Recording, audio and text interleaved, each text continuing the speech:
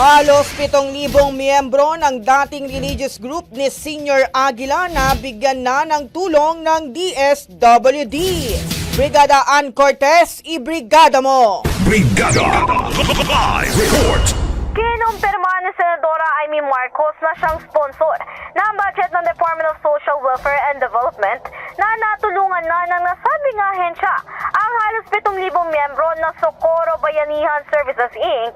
sa Sitio Kapihan sa Surigao del Norte. Matatandaan, ang SBSI ay pinamunuan ni G. Renz Kilario o mas kilala nga sa tawag na Senyor Aguila. Ito nga siyang sinasangkot sa qualified human trafficking, forced marriage at mag-child abuse.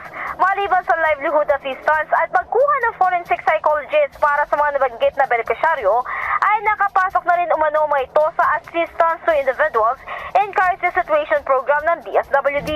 Ayon pa sa Senadora, mailan na rin sa mga ito ang pumapasok na ng trabaho sa mga local government units para sa long-term reintegration.